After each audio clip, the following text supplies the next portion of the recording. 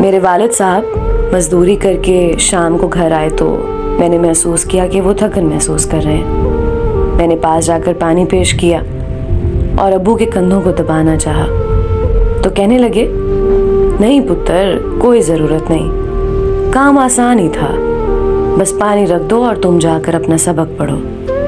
میں ابو کے کہنے پر دوسرے کمرے میں چلی گئی اور امی سے کہا کہ امی ابو کا خیال رکھا کریں، آپ تو انہیں بالکل ہی نہیں پوچھتی، جیسے وہ صرف پیسہ کمانے والی مشین ہے۔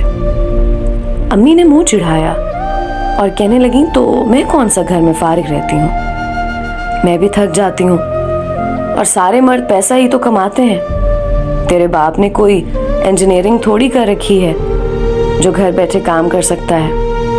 میں امی کی بات سن کر حیران ہو کر اپنے کمرے میں چلی گئی اور سوچنے لگی کہ میرے گھر میں جو کھانے پینے کا سامان آتا ہے وہ ایک ایسا شخص لاتا ہے جس نے کبھی تھکن محسوس نہیں کی، اور اس کی بیوی اسے پانی دینے کو تیار نہیں۔ مجھ سے رہا نہ گیا، میں ابو کے کمرے میں گئی۔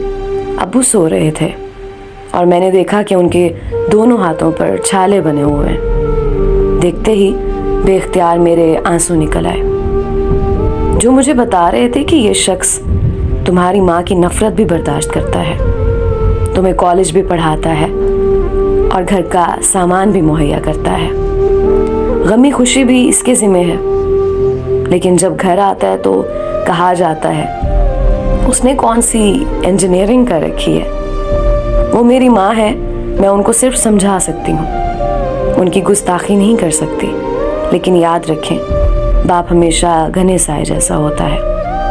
اگر ماں کے قدموں تلے جنت ہے تو نبی کریم صلی اللہ علیہ وآلہ وسلم نے فرمایا کہ باپ اس جنت کا دروازہ ہے۔ اپنے جیتے جی والدین کی خوشی کا باعث بن جائے۔